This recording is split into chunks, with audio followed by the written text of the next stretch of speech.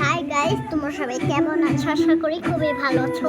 তো আজকে হচ্ছে আমার আপুর ঘরে, মানে রুমে।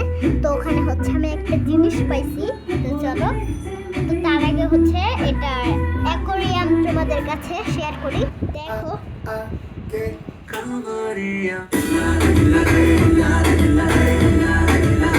তো গাইস, তো এই যে আমাদের কচ্ছপ, কিউটি একটা কচ্ছপ।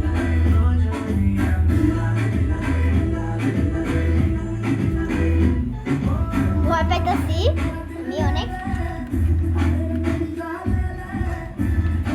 দেখো,